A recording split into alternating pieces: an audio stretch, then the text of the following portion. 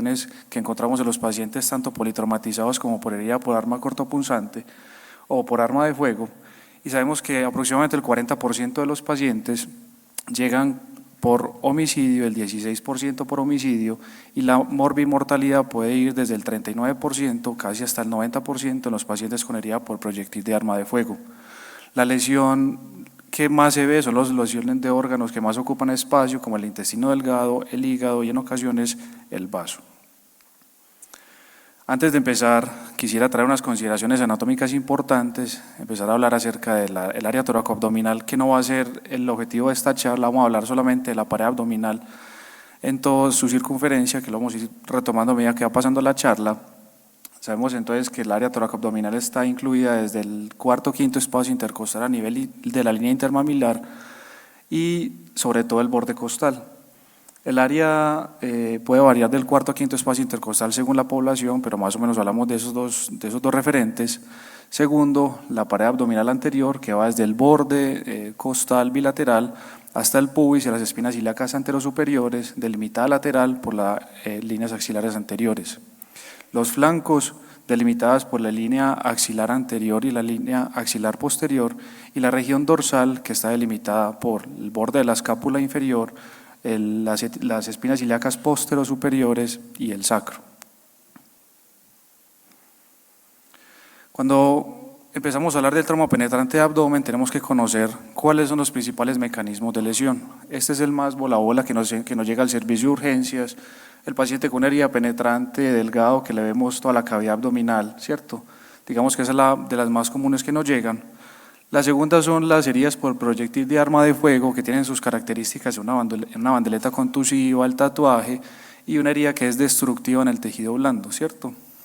La tercera son lesiones, que son estas, que son lesiones que tienen característica por proyectil de carga múltiple, que tienen la característica de que entre más cerca se dispara el arma tiene más destrucción del tejido y entre más lejos tienen esta característica, que tienen, se ha hablado que tienen poco porcentaje de heridas penetrantes, pero son, digamos, muy escandalosas cuando llegan al servicio de urgencias.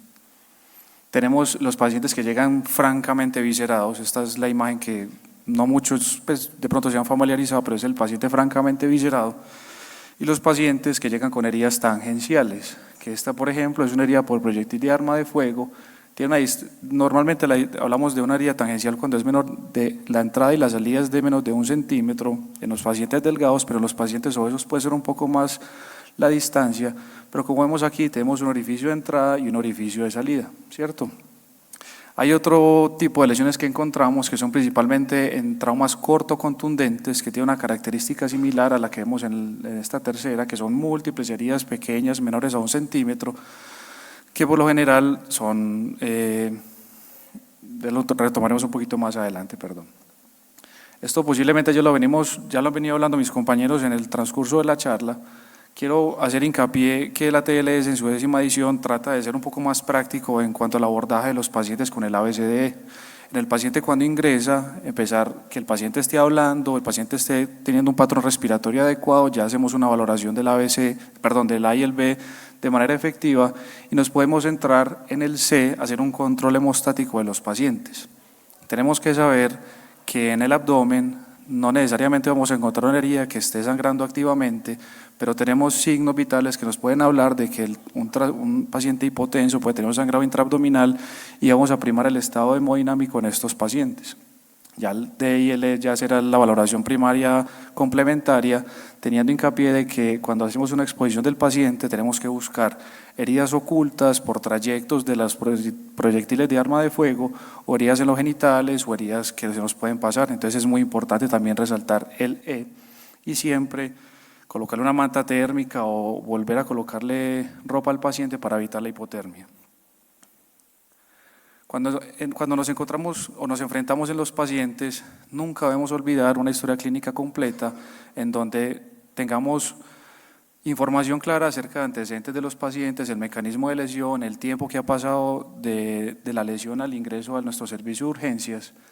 La semiología sigue siendo básica, obviamente no vamos a hacer una inspección, auscultación, percusión y palpación como lo haríamos en cualquier paciente con un trauma, con una evaluación normal de la pared abdominal, sino que vamos a primar dos cosas. Uno, la inspección, como ya se los mencioné con anterioridad, y la palpación para identificar aquellos pacientes de los cuales tengamos signos claros de irritación peritoneal o una distensión abdominal marcada por un sangrado intraabdominal que nos advierta acerca de un manejo quirúrgico oportuno. Segundo, tener una comunicación adecuada con el personal de enfermería para la obtención de dos venas, monitorizar al paciente y por último, definir que hay medidas que nos pueden retrasar la atención de los pacientes. Estas son la sonda nasogástrica y la sonda vesical, que si bien están descritos en el ATLS, digamos que los objetivos de estos dos procedimientos no son los más importantes en la atención inicial, especialmente la sonda nasogástrica, y digamos que la sonda vesical, muchas enfermeras van directamente a hacer un lado de los genitales y a colocar la sonda, y hemos visto que digamos que el objetivo inicial en estos pacientes cuando se la pone es aliviar la retención urinaria secundaria al trauma, entonces digamos que no es nuestro objetivo principal, porque en definitiva nunca debemos retrasar el manejo quirúrgico del paciente, porque el tiempo de los pacientes con heridas por arma cortopunzante a nivel abdominal, penetrante a nivel abdominal es igual a pronóstico, igual que todos los pacientes politraumatizados.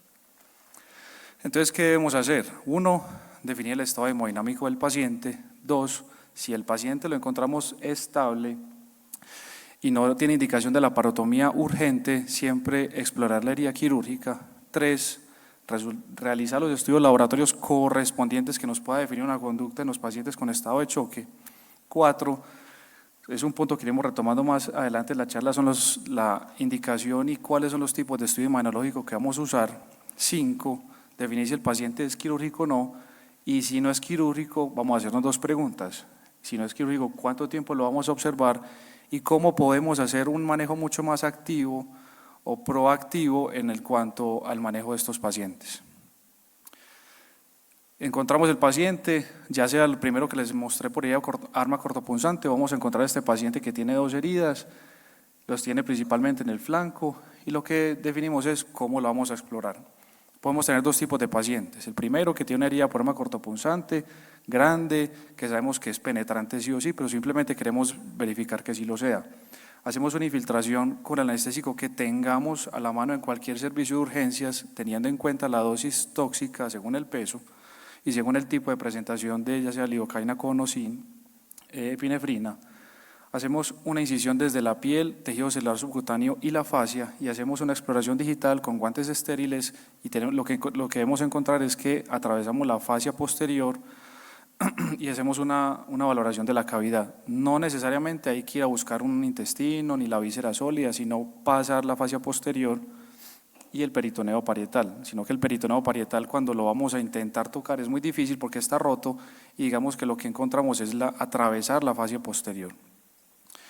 Entonces, una vez explorado, lo que hacemos es un cierre por planos, hacemos un cierre con monofilamento absorbible, ya sea PDS, o si no cuentan con PDS se puede cerrar con Vicryl, la fascia posterior, y cerrar por planos.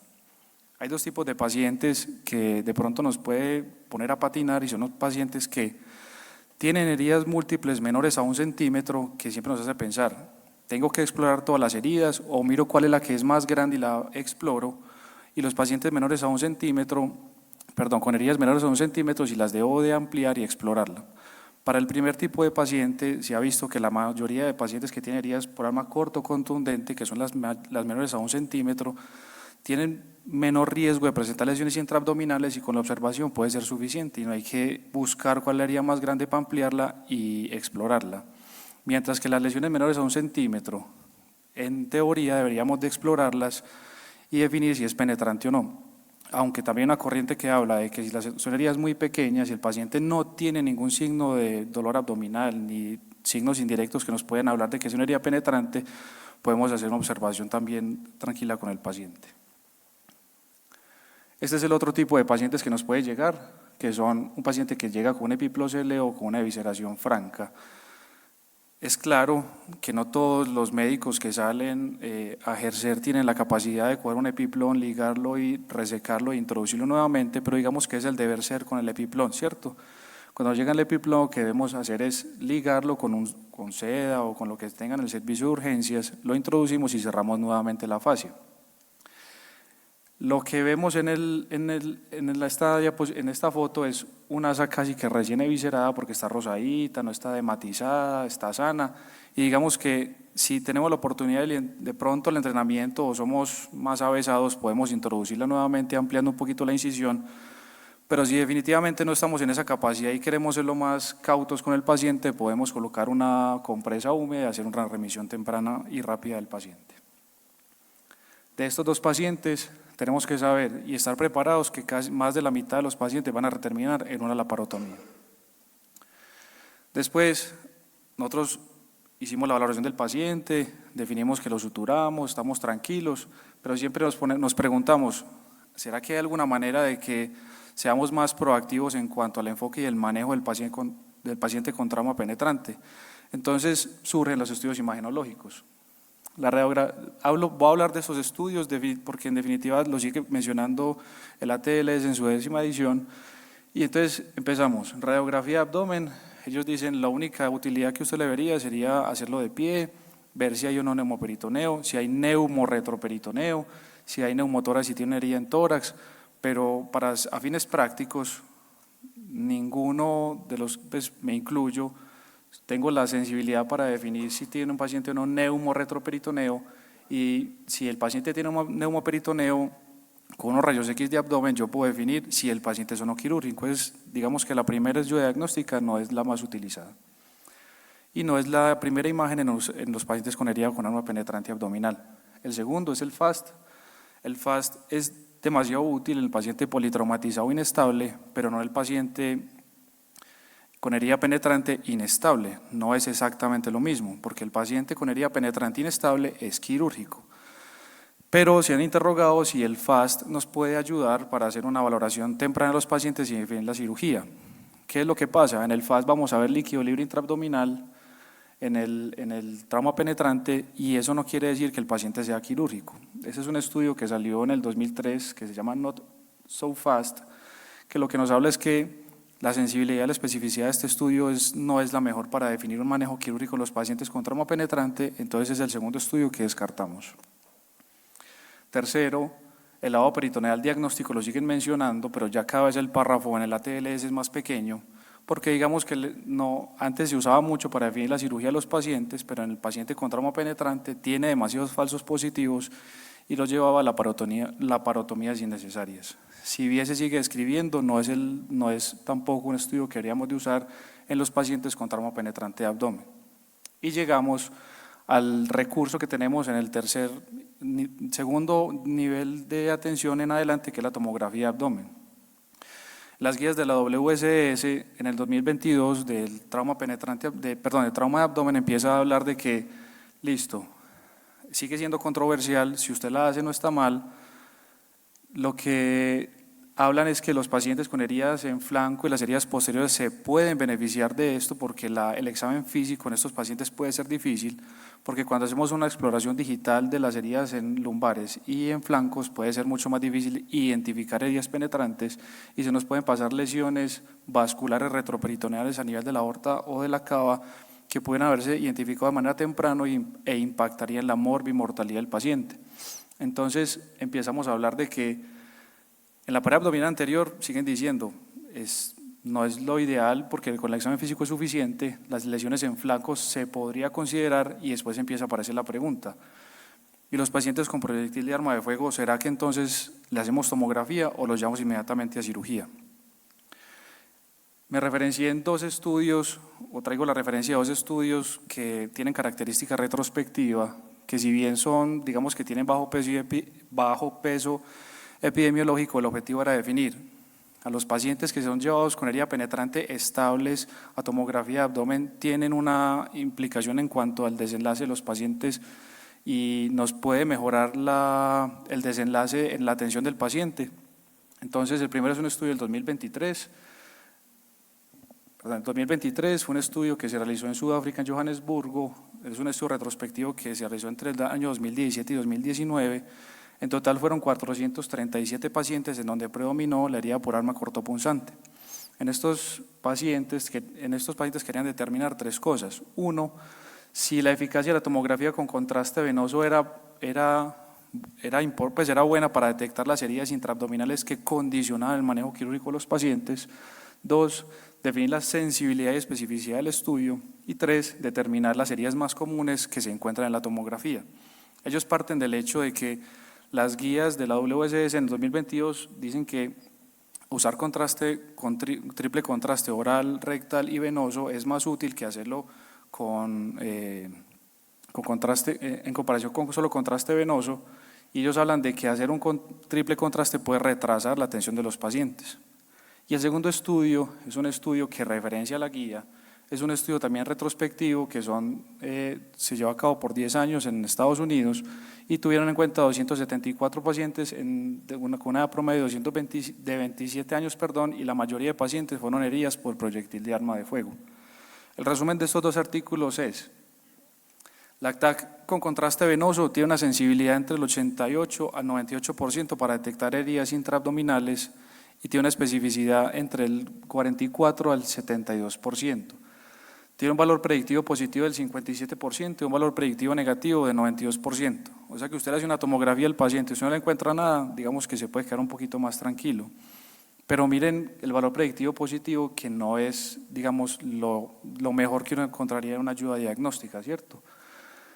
Ellos encontraron que claramente las heridas por proyectil de arma de fuego sí tienen una mejor sensibilidad y especificidad cuando usted lo usa en estos pacientes, y lo que encuentran es que los hallazgos positivos más relevantes eran lesiones principalmente de órganos sólidos como el hígado, tenía laceraciones relacionadas en el meso, en el intestino delgado. El contraste, encontraron en los dos estudios que el contraste venoso era suficiente y equiparable a estudios con triple contraste como diagnóstico en estos pacientes, y siguen haciendo un hincapié en que independiente del estudio que usted va a definir, sea con triple contraste, sea simple o contrastado, el examen físico casi que le va a decir a usted que el paciente es o no quirúrgico. O sea que la tomografía es solo un complemento. Y traigo nuevamente algo que en el servicio de urgencia nos puede llevar interrogantes, y es el paciente por proyectil de arma de fuego, que son los pacientes que llegan a hacer más bulla en el servicio de urgencias, que todo el mundo cree que hay que operarlo de manera emergente.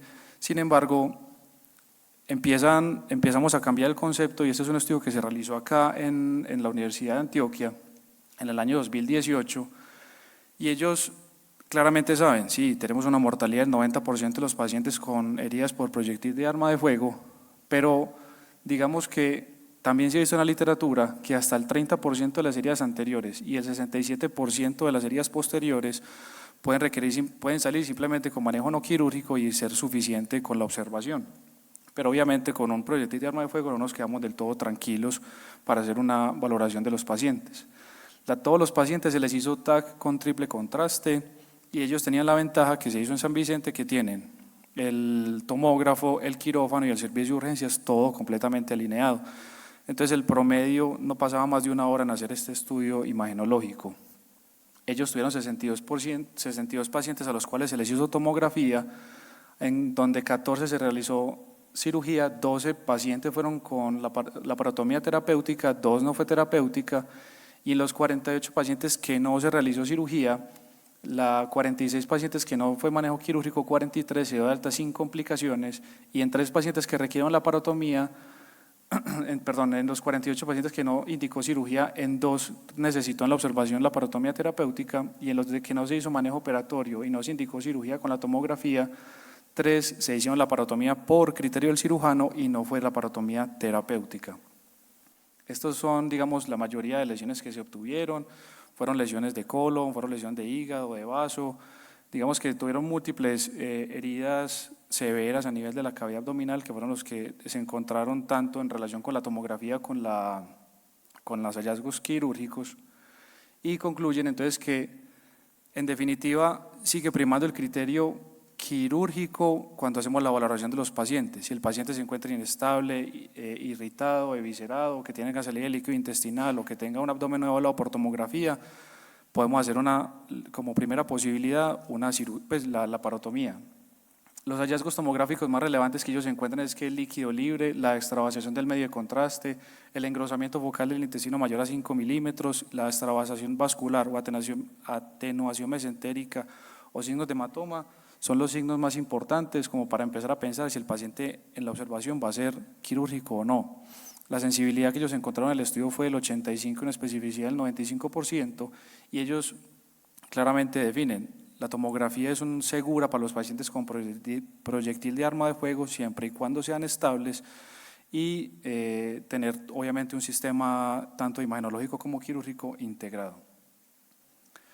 Estas son las recomendaciones entonces que nos dan las guías de la WSS para el trauma penetrante y cerrado abdominal. Es que penetrante, los hallazgos específicos que ellos encuentran como trauma intestinal son salida del contraste extraluminal, defectos en la pared abdominal, objetos metálicos en la pared intestinal, digamos que son hallazgos fuertes para definir la laparotomía. Los hallazgos más sensibles son el líquido libre sin lesión de órgano sólido, el engrosamiento de la pared intestinal o del mesenterio, que es digamos un criterio moderado para definir de pronto un manejo quirúrgico. Y definitivamente ellos también hablan de que el contraste venoso tiene la misma sensibilidad del triple contraste. Dicen que es una recomendación leve, pero como lo vimos en los estudios, digamos que tiene un papel importante solamente el contraste venoso. Y por último, ellos hablan de que el complemento con el examen físico es lo ideal. Para ir ya siendo más objetivos con la charla, las heridas penetrantes de la pared abdominal anterior siempre debemos explorarlas en el paciente hemodinámicamente estable. La tomografía sigue siendo controversial porque, como se los expuse ahora, las guías hablan de que se benefician más los pacientes con heridas en flancos más que los heridas en la pared abdominal anterior, y en los pacientes que vamos a observar van a ser siempre por 24 horas. Igual que las heridas en flancos, digamos que la única diferencia grande de estos dos pacientes es la tomografía abdominal. ¿Por qué dejo en interrogatorio la exploración digital de la herida en flancos y en la pared posterior? Es porque es difícil de explorar y por eso se beneficia un poco más de la tomografía abdominal contrastada. Traigo como un protocolo de atención que lo tomé prestado de este artículo que se hizo en Cali, que es el manejo no operatorio y el trauma de pared abdominal penetrante, y quiero que eso es lo que se lleven para la casa y vayan, digamos, lo lleven al servicio de urgencias donde ustedes trabajan o están estudiando en estos momentos. Ingreso el paciente estable, lo monitoreo, diligencio la historia clínica como lo mencionamos en un principio, luego notificamos al anestesiólogo, al grupo quirúrgico, al personal de enfermería y al banco de sangre. Si el paciente tiene una evisceración, la controlamos, lo suturamos y lo seguimos en observación, tomamos los paraclínicos, entre ellos hemoclasificación, hacemos un examen físico completo cada 4 horas por 24 horas. Si los pacientes en las primeras 24 horas, en las primeras 12 horas no tienen dolor y no tienen ningún signo de cirugía, los podemos empezar la dieta con una vigilancia estricta en las segundas 12 horas. Y por último, si las 24 horas de observación el paciente, digamos, está bien, lo podemos mandar para la casa. La TAC, para que quede claro, las heridas penetrantes en la pared abdominal anterior, lo ideal siempre es examen físico. Si tiene alguna duda y son pacientes con proyectil de arma de fuego, podemos usar la tomografía. Y los pacientes con heridas en flancos o posteriores son los que tienen mayor beneficio para el uso de la tomografía. Y la laparotomía en los pacientes que son inestables, líquido intestinal por salida de líquido intestinal por herida por proyectil de arma de fuego en abdomen anterior que se encuentre inestable, tomografía con extravasación del contraste por lesión visceral o vascular o que tenga signos de irritación peritoneal durante la valoración. Esto es una ñapa que traigo simplemente para definir que a medida que va pasando el tiempo la laparoscopia coge más fundamento para el manejo quirúrgico de los pacientes. Antes se tenían muchas lesiones inadvertidas y no tenían, digamos, tanta utilidad y lo fueron dejando atrás hasta que se dieron cuenta de que un cirujano entrenado en laparoscopia puede hacer una excelente laparoscopia y sacar adelante al paciente solo con este tipo de abordaje. Para concluir, es una entidad frecuente con alta mortalidad si no se hace un manejo oportuno. El enfoque es práctico, tiene que ser práctico en todos los niveles de atención, sea un nivel 1 o sea un nivel 4 de atención. El manejo conservador es el pilar de tratamiento de todos los pacientes, ¿cierto? Explorar una herida adecuada, estabilizarlo y vigilarlo durante las primeras 24 horas. El 25% van a requerir cirugía y la tomografía de abdomen es un estudio imagenológico complementario al examen físico, pero no es un estudio que te va a definir si el paciente va a requerir cirugía. Obviamente sí va a tener, como lo mencioné ahorita, pero digamos que el estudio solo no te va a definir solamente si va a ser cirugía, sino que tiene que tener un criterio quirúrgico adecuado y obviamente tener claras las indicaciones de cirugía. Muchísimas gracias.